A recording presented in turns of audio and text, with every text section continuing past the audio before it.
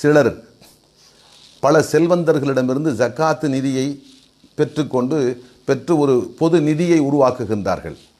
ஜக்காத்து நிதி.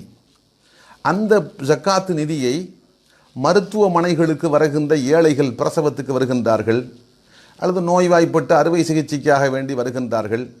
இப்படி வருகின்ற ஏழைகளுக்கு பணம் செலவழிப்பதற்கு வசதி இல்லாமல் இருக்கிற போது இந்த ஜக்காத்து நிதியில் இருந்து பணத்தை கொடுத்து அந்த மருத்துவத்தை ஈடு செய்கின்றார்கள்.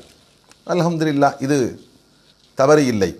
ஆனால் இப்படிப்பட்ட நிதியை பற்றி நாம் கேள்விப்படுகின்ற போது சொல்கிறார்கள், 8 வருடத்து நிதி எங்கள் கையில் இருக்கிறது, 9 வருடத்து நிதி எங்கள் கையில் இருக்கிறது. என்ன அநியாயம்! ஏழைகளுடைய நிதியை நீங்கள் கொடுக்காமல் கையிலே தடுத்து வைத்திருக்கின்ற குற்றத்துக்கு நீங்கள் ஆளாகுவீர்கள். வருடா வருடம் ஜக்காத்து நிதி என்பது ஒரு வருடத்தில் திரட்டப்படுகின்ற நிதி அதே வருடத்தில் ஏழைகளுக்கு பிரித்து கொடுக்கப்பட வேண்டும். அந்த வருடமே முடிக்கப்பட்டாக வேண்டும்.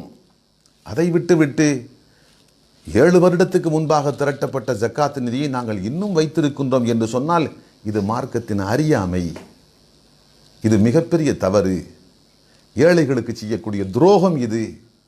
மார்க்கத்தின் அடிப்படையை சரியாக புரிந்து கொள்ளாத காரணத்தால் ஏதோ ஜக்காத்து நிதியை திரட்டி பல வருடங்களுக்கு கையிருப்பில் வைத்துக் கொள்வதைய சாதனை என்று கருதி கொண்டிருக்கிறார்கள். இது சாதனை அல்ல, மார்க்கத்துக்கு எதிரான ஒரு போக்கு.